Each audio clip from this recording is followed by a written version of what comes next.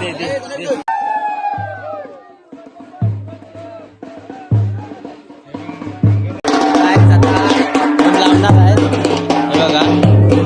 ओम लागायला चालू होते. ए मार मारशील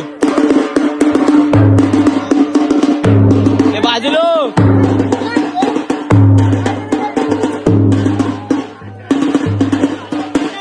ओम लागलाय. या मज्जेसाठी सर्व पोरं मुंबईतून गावी येतात. कसं वाटलं तुम्हाला? हे अशी मजा होमाच्या वाटली, गोर फिरणं आणि मजा करणं रात्रीची. राख्या फिर की नाही.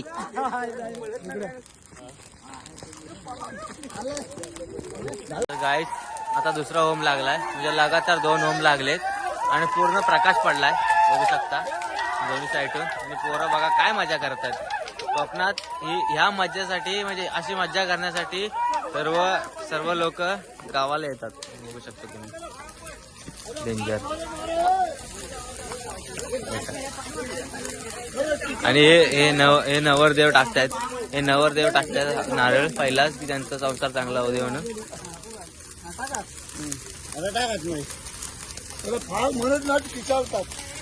हे बघा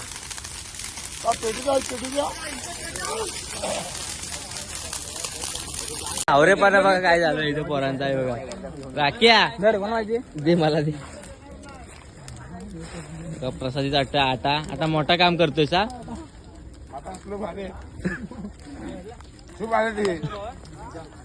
कशा आहे मस्त गोड हा.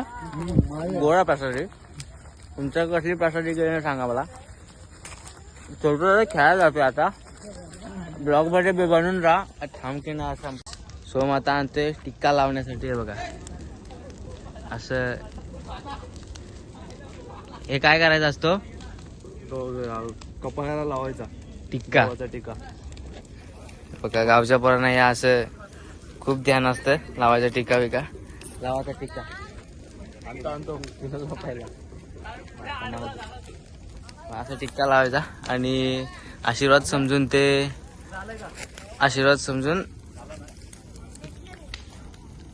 प्रसादी बनवते तिथे. आणि आता इथे पोरं उभे राहिलेत. आता प्लॅन आहे खेळायचा. खेळणार आहेत आता. दादू उठ याला. होम लागलाय आता. दोन्ही साईडचा होम लागलाय. बघूया आता काय निर्णय होता ते. दोन्ही साईडचा होम लागलाय. हा मोठ्या बरांचा आणि हा बारक्या बरांचा असे 2 होम आहेत. पुढचा काय डिसिजन होतं ते बघूया. तर गाईस होमामध्ये नारळ कशाला टाकतात असं आमच्या म्हणजे आमच्या पब्लिकला पाहिजे. का टाकतात तुला माहिती? दादू सांगितलं आपल्याला. तुला माहिती आहे तुझं लग्न झालंय ना. मला सांगितलं नाही. मला काय बोललो याला नवरदेव आहे पण नवरदेवाला का नारळ लागायचं माहित नाही. शास्त्र आहे. ओके पूजा केली तुला माहिती आहे. तुला फक्त खायचं माहिती आहे साल्या. बघा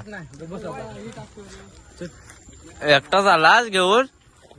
आता माझं झालंय खेळून आणि आता चाललंय खाली मंदिरात. बिकॉज आज आहे ग्रहण. तर ग्रहणामध्ये होम लावायचं नसतं आणि देव वगैरे पूजायचं नसतो. तर चाललोय मी आता घरी म्हणजे खाली मंदिरामध्ये.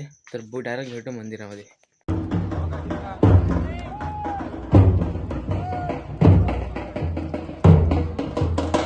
मला यायला थोडासा उशीर झाला बिकॉज आज थंडी आहे आणि थंडीतून मला उठायला थोडं जमलं नाही. त्यामुळं होमाला यायला थोडा उशीर झाला. होम लावून झाला आहे. तर सगळं त्या साईडला पब्लिक जमलं आहे. हे बघा उक्षा ही आपली लाट आहे आणि या साईडला पब्लिक जमलं आहे. आपलं मंदिरसुद्धा आहे आणि पोरंसुद्धा आलेत. बघूया आजच्या दिवसामध्ये कसं काय होतं ते. जरा मंदिरात जाऊन आशीर्वाद घेतो आईचा. चांगले गुणधर्म आज होते. त्या आतमध्ये चला. मंदिर बघा कसं आहे ते. आणि सर्व आल्याच्या नंतर माहोल एकदम सुगंधित आणि सुंदर वाटते. बघू शकता तुम्ही बघा. गाईस आता